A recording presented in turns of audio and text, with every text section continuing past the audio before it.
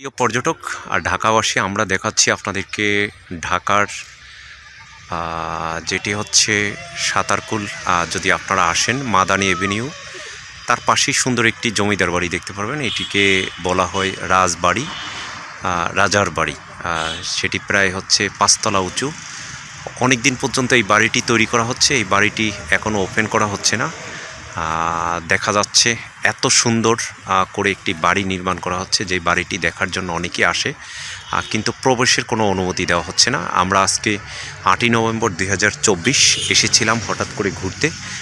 সেটি দেখার জন্য এসে আমরা এটি দেখতেছিলাম। আপনারা যারা এই হচ্ছে মাদানী এভিনিউ ভাটারা থানার সাতারকুলের পাশে যারা আসেন, তারা অবশ্যই এই ভবনটি আপনারা দেখতে পাচ্ছেন, এটি এখনও উন্মুক্ত করা হয়নি। এখানে অনেক সুন্দর করে, মানে বিদেশি স্টাইলে হোয়াইট হাউসের মতো এটি তৈরি করা হচ্ছে, আমরা দেখাই। এবং এর পাশে হচ্ছে অনেক প্রাকৃতিক হচ্ছে কিছু রয়েছে, এবং পাশে ইউনাইটেড গ্রুপের যেই ইউনাইটেড হেড অফিস, সেই হেড অফিস রয়েছে। আমরা দেখতে পাচ্ছি সেই হেড অফিসটি দেখা যায়, এবং হেড অফিসটি একেবারেই প্রাকৃতিক আদলে এবং হচ্ছে অনেক সুন্দরভাবে ইউনাইটেড গ্রুপের হেড অফিসটি তৈরি করা হয়েছে। এবং সামনে এটির সামনেই হচ্ছে শেফ টেবিল, সেটিও দেখা যাচ্ছে, সেটি পাশে রয়েছে। এবং হচ্ছে এই পাশে আমরা দেখার জন্য যে রাস্তাটি অনেকটা তৈরি হয়েছে। আপনারা নতুন বাজার, গুলশান নতুন বাজার এসে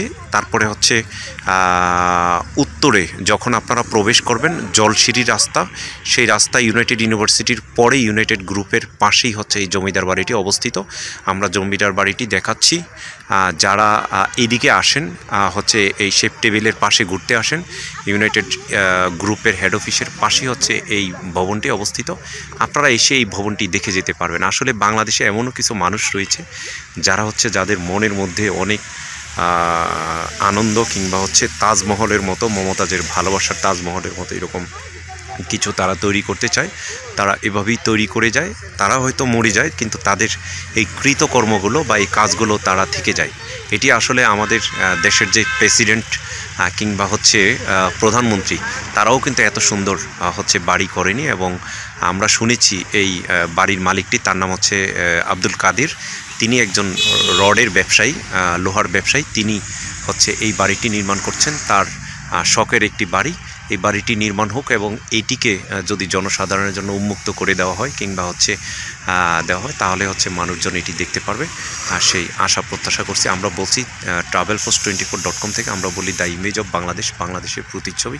এভাবেই হচ্ছে আমরা বিভিন্ন সময় পর্যটনের ভিডিও দেখে থাকি। তো সবাই আমাদের ফেসবুক পেজ, ইউটিউবে সাবস্ক্রাইব করবেন। সকলকে অসংখ্য ধন্যবাদ।